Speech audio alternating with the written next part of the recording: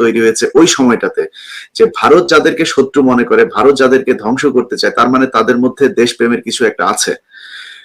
আপনার কি মনে হয় যে ওই সময়ে যা যা ঘটেছিল সেই ঘটনাগুলোর কি পেছনে থেকে ভারত কোনোভাবে কলকাঠি নেড়েছে কিনা? এই পেছন থেকে না তো, এই পুরো ঘটনাই ভারতের তৈরি। সেই সময় যে গণজাগরণের নামে যেটা করা হয়েছে সেটাতে যারা ইনভলভ ছিল তারা প্রত্যেকেই, আমি নাস্তিকও বলবো না, ইসলাম বিদ্বেষী। নাস্তিক হলেও আমার আপত্তি নাই ব্যক্তিগতভাবে, কারণ নাস্তিক মানে কি? নাস্তিক মানে যে কোনো ধর্ম মানে না, তার বিচার করবার দায়িত্ব মহান আল্লাহ তাআলার। আল্লাহ বিচার করবেন, কারণ নাস্তিক মানে সে আল্লাহর অস্তিত্বকে অস্বীকার করছে। তো তার সাজা দেওয়ার ক্ষমতা এবং অধিকার সবই মহান আল্লাহ তাআলার, সেখানে আমার বলার কিছু নাই। এরা কিন্তু নাস্তিক না, এরা ইসলাম বিদ্বেষী। আপনি দেখবেন বাংলাদেশের যে নাস্তিক গ্রুপ বলে আমরা যাদেরকে চিনি, তারা সর্বক্ষণ ইসলামের বিরুদ্ধে কথা বলছে, তারা অন্য কোনো ধর্মের বিরুদ্ধে কথা বলছে না। এবং তাদেরকে আপনি দেখবেন যখন পূজা হয়, দুর্গা পূজা হয়, এদের প্রত্যেককে দেখবেন এই দুর্গা পূজায় সোৎসাহে অংশ নিতে। তো আপনি যদি নাস্তিক হন তাহলে আপনি তো কোনো ধর্মীয় অনুষ্ঠানে যাবেন না, তাহলে আপনি পূজাতে যান কেন? আপনি পূজাতে যে এত আনন্দ ফুর্তি কেন করেন? তার মানে তারা নাস্তিক না, ইসলাম বিদ্বেষী। এবং এই পুরো গণজাগরণের ব্যাপারটা তৈরি করেছিল ভারতীয় দূতাবাস। এবং আরেকটি প্রমাণ করে দেই আপনাকে, সেই সময় প্রণব মুখার্জি বাংলাদেশ সফরে এসেছিল। আমি যখন পত্রিকা অফিসে বন্দী, আপনি যেটা বললেন অফিস বন্দী ছিলাম, 4 মাস অফিস বন্দী ছিলাম, মাটিতে ঘুমাতাম আমি। আমার যে অফিসটা ছিল, আপনি তো গেছেন ওখানে, ওই সম্পাদকের ঘরে আমি ওই মাটিতে শুয়ে থাকতাম আর কি, রাত্রে একটা চাদর বিছিয়ে রাতের বেলা ওখানে থাকতাম, আর সারাদিন অফিস করতাম। যাই হোক, তো ওখানে পুরো তখন প্রণব এসেছিল বাংলাদেশে। প্রণব তখন নতুন রাষ্ট্রপতি হয়েছে, কি বলে, ভারতের রাষ্ট্রপতি হয়েছে। তো এখানে এসে তিনি একটা কথা বলেছিলেন এয়ারপোর্টে, আপনার মনে আছে কিনা? তিনি বলেছিলেন যে আমার অন্তর, আমি নৈতিকভাবে গণজাগরণকে সমর্থন করি এবং আমি ওখানে চলে যেতাম নিজেই, কিন্তু আমি যেতে পারছি না দুটো কারণে। একটা হচ্ছে আমার সময় নাই, আর দ্বিতীয় হচ্ছে প্রোটোকল। কারণ তিনি একটা রাষ্ট্রের প্রেসিডেন্ট, ভারতের প্রেসিডেন্ট, কিভাবে তিনি কোন প্রোটোকলে তিনি ওখানে যাবেন? সো প্রোটোকলের কারণে এবং সময়ের কারণে তিনি যেতে পারেননি। কিন্তু বাংলাদেশে নেমেই তিনি বলেছিলেন তার সম্পূর্ণ সমর্থনের কথা। আসলে উদ্দেশ্যটা কি ছিল আপনাদের বুঝতে হবে, যে ওই সময় কেন আমি এই অবস্থান গ্রহণ করেছিলাম যেখানে সকল মিডিয়া গণজাগরণের পক্ষে ছিল। কারণ সেই সময় আমি যে কাগজে একদিন যে কাগজের শিরোনাম করলাম যে শাহবাগে ফ্যাসিবাদের পদধ্বনি, এইটার একটা গল্প আছে। গল্পটা আপনাকে বলি। আমি বসে আছি সন্ধ্যার সময়, আমরা ওই দিনের পত্রিকা মেকআপ করছি পত্রিকা। সেই সময় আবদাল সাহেব আসলেন, সৈয়দ আবদাল, আমার উপদেষ্টা সম্পাদক যিনি ছিলেন। তিনি বললেন যে মাহমুদ ভাই আজকে লিড স্টোরি কি হবে? এই হচ্ছে লিড স্টোরি। লিড স্টোরি নিয়ে আসলেন তিনি, এটার হেডিং কি হবে? তো তখন ওখান থেকে দাবি তোলা হচ্ছে, কি বলে, গণজাগরণ থেকে, যে বাংলাদেশের সকল মিডিয়া যারা তাদের সমর্থন করবে না সেটা বন্ধ করে দিতে হবে। এবং তারা নাম নিয়ে বলছে দিগন্ত টিভি বন্ধ করতে হবে, নয়া দিগন্ত বন্ধ করতে হবে, আমার দেশ বন্ধ করতে হবে, সংগ্রাম বন্ধ করতে হবে, ইসলামিক টিভি বন্ধ করতে হবে। শুধু তাই না, আজকে যে ইসলামিক ব্যাংক সব থেকে বেশি রেমিটেন্সের টাকা আনে, তাদের দাবির মধ্যে ছিল, আপনার মনে আছে হয়তো ইলিয়াস, ইসলামী ব্যাংকটা বন্ধ করে দিতে হবে। কাজে বাংলাদেশে ইসলামের নামে যা কিছু আছে সবকিছু বন্ধ করে দিতে হবে, এটা ছিল তাদের দাবি গণজাগরণ মঞ্চ থেকে। এটা যখন আমি পড়লাম নিউজটা, লিড নিউজটা পড়ার পরে আমি বললাম, হাতে লিখে দিলাম, জাস্ট পেন্সিল দিয়ে লিখে দিলাম, আজকের হেডিং হবে শাহবাগে ফ্যাসিবাদের পদধ্বনি। 3টা শব্দ। এই 3টা শব্দ, এই আজকে যে এত ফ্যাসিবাদ আমরা শুনি সবার মুখে, রাজনৈতিক নেতাদের মুখে, সর্বপ্রথম ফ্যাসিবাদের শব্দটা আমার দেশে লেখা হয়েছিল। যাই হোক, তো আমরা বুঝতে পেরেছিলাম যে পুরো ষড়যন্ত্রটা হচ্ছে ভারতীয় ষড়যন্ত্র। এবং ষড়যন্ত্রের উদ্দেশ্যটা কি ছিল? উদ্দেশ্য ছিল বাংলাদেশকে কালচারালি একদম হিন্দুত্ববাদের কাছে বাংলাদেশকে নিয়ে যাওয়া। বাংলাদেশ যেন সম্পূর্ণভাবে একটা হিন্দুত্ববাদী রাষ্ট্রে পরিণত হয়। এই জন্য ইসলামের যে কালচার, ইসলামের যে ঐতিহ্য, এটা সম্পূর্ণভাবে মুছে ফেলার জন্য গণজাগরণ মঞ্চের সৃষ্টি হয়েছিল। এই বিষয়টি আমাদেরকে বুঝতে হবে।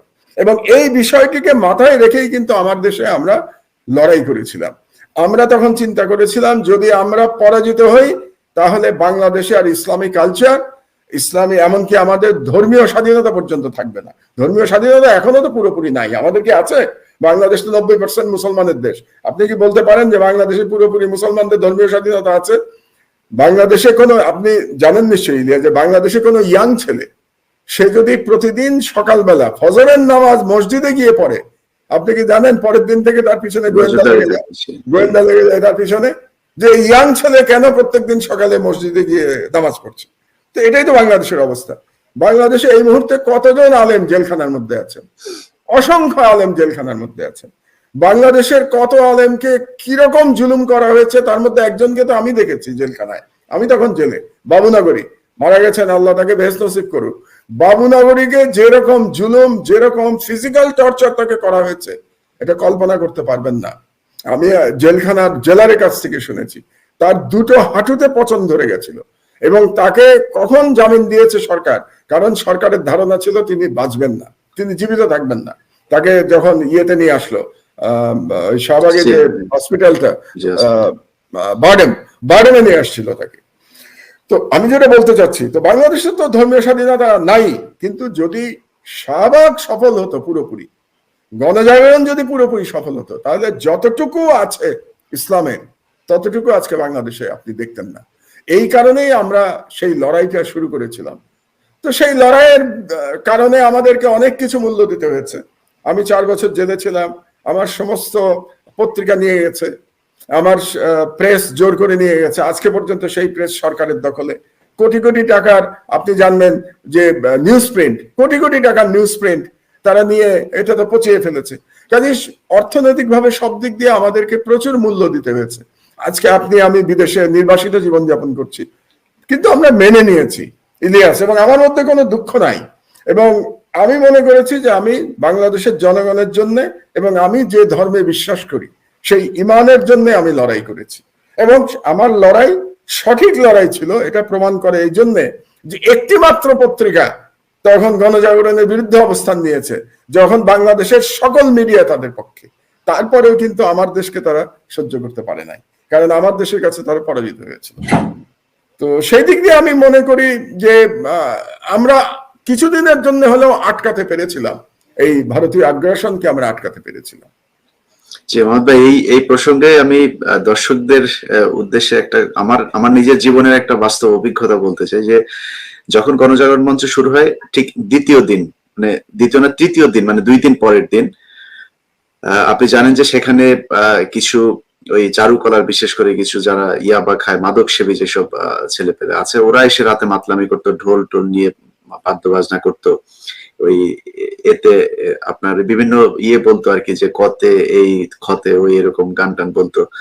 তো আমি পরের দিন সকালে ভোরে আমার ডিউটি, আমি সকালে অফিসে গিয়েছি, অফিস থেকে ক্যামেরা নিয়ে গাড়ি নিয়ে ওখানে গেলাম। যাওয়ার পরে দেখি যে সিটি কর্পোরেশনের যে পরিষ্কার কর্মী, একজন মহিলা, তো তিনি খুব গালাগাল করছেন, খুব অকথ্য ভাষায় গালাগাল করছেন ওদেরকে উদ্দেশ্য করে, ঝাড়ু দিচ্ছেন এবং গালাগাল করছে। তো আমি ওনাকে গিয়ে জিজ্ঞেস করলাম, আপনি এত মুখ খারাপ করে কথা বলছেন কেন, কি সমস্যা?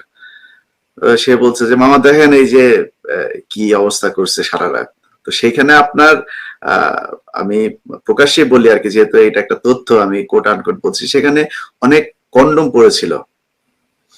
তারপরে আপনার ওই যে ইয়ে খায়, আপনার ইয়াবা খায়, ইয়াবা খাওয়ার কিছু প্রসেসিং আছে, ওই যে ইয়ে আপনার অ্যালুমিনিয়াম পেপার টেপার টাইপের, ফুয়েল পেপার টেপার, এই ধরনের পেপার টেপার সেখানে পড়েছিল, এবং গাজার ইয়ে, সিগারেট, এগুলো সব অনেকগুলো ছিল। এই জন্য ওই মহিলা গালাগাল করছে। তো ওই দিনই আমি আমার 9টা নিউজে লাইভে ঢুকেছি। লাইভে ঢোকার পরে আমার সম্পাদক যিনি ছিলেন, আমি নাম বললাম না এখন, তো ওনার ছিল হচ্ছে গিয়ে যে গণজাগরণ মঞ্চে সবসময় অনেক মানুষ হয়েছে এটা দেখাতে হবে, লক্ষ লক্ষ মানুষ এটা দেখাতে হবে, ক্যামেরার শটগুলো এমন ভাবে নিতে হবে যাতে এটার বর্ডারটা যাতে বোঝা না যায়। তো আমি করেছি কি, আমি পিজি হসপিটালের উপরের ওই ওভারব্রিজে ওইখানে গিয়েছি, ওখানে গিয়ে তারপর ওইখান থেকে আমি লাইভে ঢুকেছি যাতে পুরো মাঠটা দেখা যায়। তো তখন সকালবেলা, তো বিকেল হলে মানুষ অনেক বাড়তো, কিন্তু সকালবেলা তখন ধরেন 15-20 জন মানুষ ছিল, ওখানে হকার ছিল, সাংবাদিকই বেশি ছিল ওনাদের কাভারেজ দেওয়ার জন্য। এটা লাইভটা যাওয়ার সাথে সাথে সম্পাদক আমাকে ফোন করে অকথ্য ভাষায় গালাগাল, বেয়াদব, হ্যাঁ এই ধরনের, তোকে ওই জন্য ওইখানে কি তোকে লোক গুনতে পাঠাইছি আমি, ওই জায়গায় ক্যামেরা এইভাবে ধরলি কেন? আমি ক্যামেরাটা সব থুয়ে চলে আসি, এসে রিজাইন লেটার লিখে তারপরে বের হয়ে গেছে। যে কোনো একজনের মধ্যস্থতায়, যে কোনো একজনের কারণে আমাকে আবার সম্পাদক ডেকে আনতে বাধ্য হয়েছে। আমি যেতে চাইনি, অনেক ঘটনা ঘটেছে। তো যারা ওইখানে এ ধরনের কোন ধরনের তৎপরতা করেছে, সেই ঘটনার কারণে আপনি জানেন পত্রিকার মধ্যে শুধু আপনার পত্রিকা এবং টেলিভিশনের মধ্যে ইসলামিক টিভি এবং দিগন্ত টিভি, এই দুইটা টিভি তাদের ওইখানে আপনার কাভারেজ দিতে পারতো না। আমার ওই লাইভের কারণে তারা 21শে টেলিভিশনকে ওইখানে ইনক্লুড করলো, সেখানে তারা যেতে পারবে না, 21শে টিভির কোনো ক্যামেরা যেতে পারবে না, যদিও পরে যেত। তো এই হচ্ছে তাদের মূল সমস্যা, যেটা ছিল যে এই দেশে যারা ইসলামপন্থী যে মানুষজন আছে তাদেরকে বিদ্রুপ করা এবং ওই গণজাগরণ মঞ্চের মাধ্যমে মুক্তিযুদ্ধের চেতনার কথা বলে তারপর বাংলাদেশে যে ইসলামী মূল্যবোধ সেটাকে ধ্বংস করা, এটাই ছিল তাদের মূল লক্ষ্য। আমি যে সাংবাদিক হিসেবে যেটা দেখেছি, এবং সেটার মূল কারিগর ছিলেন আপনি, এটাকে আমাদের সামনে, জাতির সামনে তুলে ধরার জন্য, সেটার জন্য আপনাকে চরম মূল্য দিতে হয়েছে। আমরা এখন মাহমুদ ভাই, আপনি যেখানে আছেন, আমি যেখানে আছি, আমরা বাংলাদেশের চেয়ে অনেক ভালো আছে হয়তো ব্যক্তিগতভাবে, কিন্তু দেশের জন্য খারাপ লাগে, মুসলমানদের জন্য খারাপ লাগে, সেই জন্য আমরা কথা বলি। আপনার কাছ থেকে বাংলাদেশের মানুষ অনেক দিক নির্দেশনা চায়। আমাদের এখন করণীয় কি? আমরা অনেক হতাশার কথা বলেছি, অনেক সমস্যা, ভারতীয় আগ্রাসন, সরকারের যে ভারত প্রীতি, এখন করণীয় কি বা সামনে কি হতে যাচ্ছে, সেক্ষেত্রে জনগণ কি করবে? হ্যাঁ, আমি এখন একটু আশার কথা বলি। তবে আশার কথা আমি যখন আশার কথা বলি, সেটা আমি ঠিক অনেক জায়গায় অনেক গুজবের কথা শুনি অনেক অনলাইনে। আমি ওই ধরনের কথা বলি না ইলিয়াস, আপনি জানেন যে আমি তথ্যের উপর বেসিস করে বলতে চাই। প্রথম আশার কথাটা আমি বলছি যে শেখ হাসিনার পক্ষে 2018 এবং 2014 মতো আরেকটি ফার্সিক্যাল ইলেকশন, তামাশার নির্বাচন করা সম্ভব হবে বলে আমি বিশ্বাস করি না। কেন বিশ্বাস করি না এবার সেটা বলি। কারণ হচ্ছে ওয়েস্টার্ন ওয়ার্ল্ড, বিশেষত আপনি যে দেশে আছেন আমেরিকা এবং ইউরোপিয়ান ইউনিয়ন, তারা পরিষ্কার করে জানিয়ে দিয়েছে যে আগামী নির্বাচন যদি প্রতিনিধিত্বমূলক না হয়, ফ্রি অ্যান্ড ফেয়ার না হয়, তাহলে সেই নির্বাচন তারা কোনো অবস্থায় গ্রহণ করবে না। এখন যারা সমালোচক বা আমাদের সমালোচক বা অন্য পক্ষের লোক, তারা বলতে পারে তারা গ্রহণ করলো না, কি যায় আসে? যায় আসে এই কারণে যে বাংলাদেশের যে গার্মেন্টস এর গল্প এরা করে, এই যে রপ্তানির যে গল্প করে, এই রপ্তানি কোথায় হয়? রপ্তানি ভারতে হয় না এই রপ্তানি চীনে হয়? এই রপ্তানির পুরোটাই প্রায় হয় যুক্তরাষ্ট্র এবং ইউ, দুটো দেশে হয়। দুটো, ইউ তো একটা দেশ না, অনেকগুলো দেশ, ইউরোপিয়ান ইউনিয়ন এবং আমেরিকা এবং ইংল্যান্ড। এই ইংল্যান্ডে ইউ থেকে বেরিয়ে গেছে, এই জন্য আমি ইংল্যান্ডের নামটা নিলাম। এই তিনটা জায়গায় বাংলাদেশের সকল এক্সপোর্ট হয়। কাজেই শেখ হাসিনা এই পাত্তা দেবে না, পাত্তা না দিয়ে আরেকটি এই ধরনের নির্বাচন করে ফেলবে, এটা আমি বিশ্বাস করি না। এবং যদি সে এরকম কোনো চেষ্টা করে, তাহলে আপনি নিশ্চিত থাকতে পারেন যে বাংলাদেশের ইকোনমিক স্যাংশন হবে। এখন স্যাংশন কি হয়েছে? এখন স্যাংশন হয়েছে কয়েকজন আর্মি অফিসারের উপরে, পুলিশের আইজির উপরে, র্যাবের উপরে স্যাংশন হয়েছে। তখন কিন্তু স্যাংশন হবে বাংলাদেশের ইকোনমির উপরে। কাজে আজকে যারা অনেক টাকা পয়সার মালিক, যারা চুরি করে না, যারা চুরি করে মালিক তাদের কথা আলাদা, আমি বলছি যারা ব্যবসা করে মালিক, যারা গার্মেন্টস এর মালিক, তাদের জন্য কিন্তু খুব দুর্দিন আসবে। আমি বলে দিলাম আপনাদেরকে, যদি শেখ হাসিনা এরকম কোন পদক্ষেপ নেয় 2014 এবং 2018 মতো আরেকটি তামাশার নির্বাচন করে। সেখানে সমস্যাটা কোথায় বলি আপনাকে? সমস্যাটা হচ্ছে যে শেখ হাসিনাকে বৈধতা দিতে পারে একমাত্র বিরোধী দল। এখন যদি ধরেন বিএনপি আর জামাত সেই নির্বাচনে, সেই তামাশার নির্বাচনে অংশগ্রহণ করে, তাহলে তো শেখ হাসিনা এক ধরনের বৈধতা পেয়ে যাবে। জামাত তো নিজে ইলেকশন করতে পারবে না, কারণ জামাতকে তো মার্কা নাই। আপনি জানেন ইলেকশন কমিশন তো তাদের রেজিস্ট্রেশন বাতিল করে দিয়েছে। তো জামাত নির্বাচন করতে পারবে, হয় তাদেরকে কি বলে স্বতন্ত্র প্রার্থী নির্বাচন করতে হবে, অথবা অন্য কোন দলের মার্কা নিয়ে তাদেরকে নির্বাচন করতে হবে। এ ধরনের নির্বাচনে যদি বিরোধী দল না যায়, তাহলে আমি কনফিডেন্ট ইনশাআল্লাহ শেখ হাসিনা আর একটা তামাশার নির্বাচন করতে পারবে না। এটা গেল ভালো দিক। দ্বিতীয় হচ্ছে যে স্যাংশনের একটা হিউম্যান রাইটস নিয়ে কিন্তু একটা শক্ত অবস্থানে আমেরিকাও চলে গেছে, এবং আপনাকে বলছি আমি ইউরোপিয়ান ইউনিয়নও আস্তে আস্তে তারা একটু সময় নিচ্ছে, কিন্তু তারা হিউম্যান রাইটস এর ব্যাপারে তারা শক্ত অবস্থানে ক্রমে যাচ্ছে। কাজে সেই দিক দিয়ে তারা হাসিনা খারাপ অবস্থানে আছে। আরেকটি প্রশ্ন আপনি আমাকে করেছিলেন, এবার একটু নিয়ে আসি, যে এই ব্যালেন্স করে হাসিনা চলতে পারবে কিনা। এই যে চায়না এবং ইন্ডিয়ার যে ব্যালেন্সের কথা আপনি জিজ্ঞেস করেছিলেন, সেটা প্রশ্ন হচ্ছে যে পারবে না। কেন পারবে না? আমেরিকা এটাকে অ্যাকসেপ্ট করবে না। আমি বলেছিলাম আমেরিকা, যেহেতু এই মুহূর্তে আমেরিকার কাছে 1 নম্বর ইস্যু হচ্ছে রাশিয়া এবং চায়না ইউক্রেনের যুদ্ধের কারণে। এক সময় ছিল কি দেখেন, এক সময় ছিল ইসলামী জঙ্গিবাদ আমেরিকার 1 নম্বর এজেন্ডা ছিল, এবং যে কারণে শেখ হাসিনা 14 বছর ধরে বাংলাদেশে ইসলামী জঙ্গিবাদের নামে নিরীহ জনগণকে হত্যা করেছে। গ্রামের মানুষ, ছেলে মেয়ে বাচ্চা, তাদেরকে বোমা মেরে উড়িয়ে দিয়েছে এই শেখ হাসিনা, এবং দিয়ে বলেছে আমরা জঙ্গিদের মারছি, এবং পশ্চিমা বিশ্ব এটা অ্যাকসেপ্ট করেছে তখন। কিন্তু এখন আর পশ্চিমা বিশ্ব এগুলো অ্যাকসেপ্ট করছে না, জঙ্গিবাদের গল্প। কারণ জঙ্গিবাদ এখন তাদের কি বলে ওটাকে অগ্রাধিকারের মধ্যে নাই। আপনি জানেন যে প্রেসিডেন্ট বাইডেন ঈদের সময় মুসলমানদের জন্য একটা সম্বর্ধনার আয়োজন করেছিলেন, এবং সেখানে তিনি কি বলেছেন, একটা কথা খুব গুরুত্বপূর্ণ বলেছেন। তিনি বলেছেন যে সারা বিশ্বে মুসলমানদের উপরে যে অত্যাচার হচ্ছে এটা নিয়ে এই আমেরিকা উদ্বিগ্ন। এই প্রথম কোন আমেরিকান প্রেসিডেন্ট মুসলমানদের উপরে অত্যাচারের কথা বললেন। তার মানে হাসিনার পক্ষে ইসলামী জঙ্গি কার্ড খেলা সম্ভব নয়। তো সম্ভব যদি না হয় তাহলে চীনকেও খুশি রাখবো, আমেরিকাকেও খুশি রাখবো, এই ব্যালেন্স আমেরিকার পক্ষে, হাসিনার পক্ষে সম্ভব হবে না। এগুলো ভালো দিক বললাম। এবং কিন্তু সমস্যা হলো বিদেশের অবস্থা যতই ভালো হোক, বিদেশের অবস্থা ভালো বলতে আমি বলছি বিদেশ থেকে হাসিনার উপরে যতই চাপ প্রয়োগ করা হোক না কেন, যতক্ষণ না বাংলাদেশের অভ্যন্তর থেকে একটা আন্দোলন শুরু না হচ্ছে ততক্ষণ পর্যন্ত সরকার পরিবর্তন সম্ভব না। এটা হচ্ছে বাস্তবতা। আপনাকে দুটো উদাহরণ দেই আমি, শ্রীলঙ্কা এবং পাকিস্তান। শ্রীলঙ্কায় আপনি দেখেন, শ্রীলঙ্কায় জনগণ বিপ্লব করেছে এই রাজাপাকসে পরিবারের বিরুদ্ধে। সেখানে কিন্তু মিল আছে বাংলাদেশের সাথে। বাংলাদেশেও যেমন একটা পরিবার রাষ্ট্র চালায়, আপনার ভিডিওর কথা আমি বললাম 150 জন আপনি বলেছেন, প্রায় বোধহয় 150 জন বলেছিলেন। তো শ্রীলঙ্কাতেও কিন্তু রাজাপাকসে পরিবার তারা রাষ্ট্র চালিয়েছে। এক ভাই প্রেসিডেন্ট, ছোট ভাই আর বড় ভাই প্রাইম মিনিস্টার, তাই তো ছিল। যিনি প্রেসিডেন্ট 17 জন তাদের পরিবারের, এবং তাদের পরিবারের এবং আরো ভাইয়েরা কিন্তু মন্ত্রী। আজকে সেই রাজাপাকসের পরিবার উড়ে গেছে জনগণের স্বতঃস্ফূর্ত বিপ্লবে। এটা গেল একটা। দ্বিতীয়, পাকিস্তানের দিকে যদি আমি তাকাই, ইমরান খানকে সরিয়ে দিয়েছে, এবং সরানোর পিছনে ইমরান খান বলছেন যে তার পিছনে আমেরিকা আছে।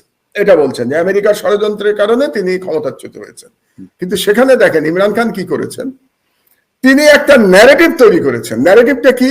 1 নম্বর ন্যারেটিভ, তিনি বলেছেন যে মার্কিন সাম্রাজ্যবাদের কাছে তিনি আত্মসমর্পণ করবেন না, এটা হলো তার ন্যারেটিভ।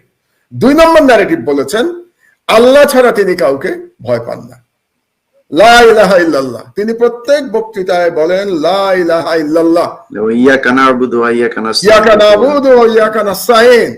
এই কথাটা উনি প্রত্যেক বক্তৃতায় বলেন। তার মানে তার ন্যারেটিভ হলো সাম্রাজ্যবাদের কাছে আমি মাথা নত করব না, এবং আল্লাহ ছাড়া আর কারো কাছে আমি সাহায্য চাইবো না। এই হচ্ছে ওনার দুটো ন্যারেটিভ, এবং এই ন্যারেটিভ পাকিস্তানের জনগণ অ্যাকসেপ্ট করেছে। কি হবে আমরা এখনো জানি না ইলিয়াস, পরিণতি আমরা জানি না, ইমরান খানের পরিণতি কি হবে, কিন্তু পাকিস্তানের জনগণ এই ন্যারেটিভ অ্যাকসেপ্ট করেছে। এবং ইমরান খানের পিছনে ওই যে আমরা ছোটবেলায় পড়েছিলাম হ্যামিলনের বংশীবাদক, সেই হ্যামিলনের বংশীবাদকের মতো ইমরান খানের পিছনে পাকিস্তানের জনগণ রাস্তায় নেমে এসছে। তো আমি যেটা বলতে চাচ্ছি যে সুতরাং একটা আন্দোলন আপনাকে দেশে করতে হবে, দেশে যেভাবেই করেন, সেটা শ্রীলঙ্কার মডেলে হোক যে জনগণ স্বতঃস্ফূর্ত ভাবে আন্দোলন করছে, অথবা পাকিস্তানের মতো ইমরান খান একটা ন্যারেটিভ নিয়ে এসছে। এখন আমি জানি না বিএনপির যারা নেতা কিংবা বিরোধী দলের নেতা তাদের ন্যারেটিভ কি হবে, কিন্তু একই ন্যারেটিভ আমাদেরও। কিন্তু কেন আমাদের ন্যারেটিভ বলি, ইমরান খান কি বলছে, মার্কিন সাম্রাজ্যবাদ সে মানে না। আমরা তো বলছি আমরা ভারতীয় আধিপত্যবাদ মানি না, তাই না? আমরা তো বলছি ভারতীয় আধিপত্যবাদ, হিন্দুত্ববাদের অধীনে 90% মুসলমান থাকতে পারে না ইলিয়াস। বাংলাদেশে 90% মুসলমান হিন্দুত্ববাদের অধীনে সারেন্ডার করতে পারে না। এই কথাটা আমাদেরকে বলতে হবে তো জোর করে। আমরা তো 90% মুসলমান হই নাই হিন্দুত্ববাদের কাছে সারেন্ডার করবার জন্য, তাদের দেবদেবী মেনে নেওয়ার জন্য তো আমি মুসলমান হই নাই, আমি মানতে পারি না এটা। 1। 2 নম্বর, আল্লাহ ছাড়া আমি আর কারো কাছে সাহায্য চাইবো না। এটা বলে যদি রাস্তায় নামা যায় বাংলাদেশে, ইলিয়াস, আমি বিশ্বাস করি এই সরকার 3 মাসের বেশি ক্ষমতায় থাকতে পারবে না। কারণটা হচ্ছে